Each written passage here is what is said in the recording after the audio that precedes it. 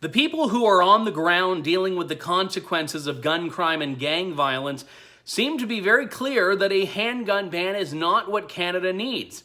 Yet the Liberals are not listening. Whatever happened to evidence-based decision-making, right? The evidence offered by the Canadian Association of Chiefs of Police is that it is naive to suggest that a national handgun ban will do anything about gun crime. This is what the organization said when it declined to take a position on this that is in alignment with the one being put forward by John Tory, by other left-wing politicians, and indeed the one being considered by the Liberal government should they be re-elected after the fall's election.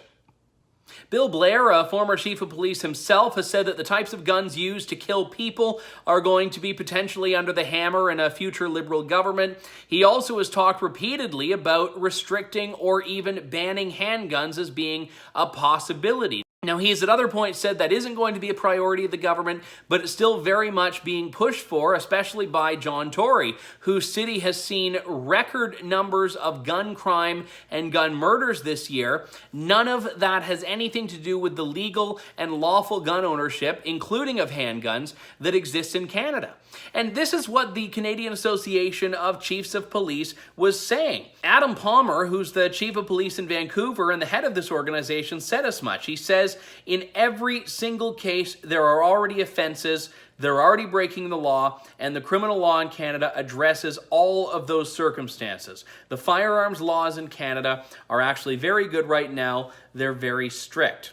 Now, what he's saying is not radical. These are arguments that I've put forward myself on a number of occasions, but still the Liberal government refuses to accept that legal gun ownership is not the problem. Because if they say we're banning assault rifles, that sounds good. That sounds like they're saving the neighborhood. It sounds like they're saving lives. In actuality, they're doing nothing about the guns that are causing the problems, which are not guns that are purchased and owned under the legal infrastructure in Canada. And again, what Chief Palmer said is very accurate, that whenever these incidents happen, there are already offenses for it.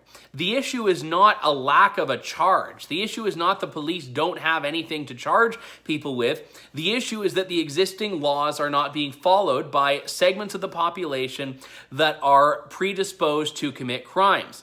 9 times out of 10, perhaps even more, we're talking about gangs. We're talking about inner city violence, not people that want to respect the law and adhere to the narrow already confines of the gun control regime in Canada.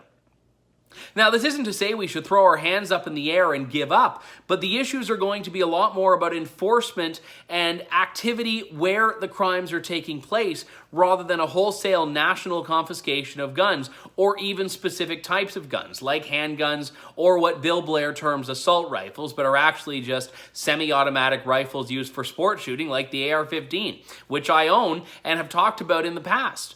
The myths and misconceptions deployed by this government are just plain wrong, but they're also inconsistent with what the experts are saying. And Bill Blair would know that had he not crossed to the dark side of politics, had he actually been in policing, which is why we never heard a push from him for anything like this when he was a Toronto police chief, because he would know that the problem is not what the law allows. The problem is what people are doing in spite of the law. We still do not have in Canada tracking of crime guns. We do not have a national registry of where the guns originated that are used in crimes. We know massive numbers are coming across the border. It's unsurprising when we share the longest unprotected border in the world with a country that has among the highest rate of gun ownership in the world.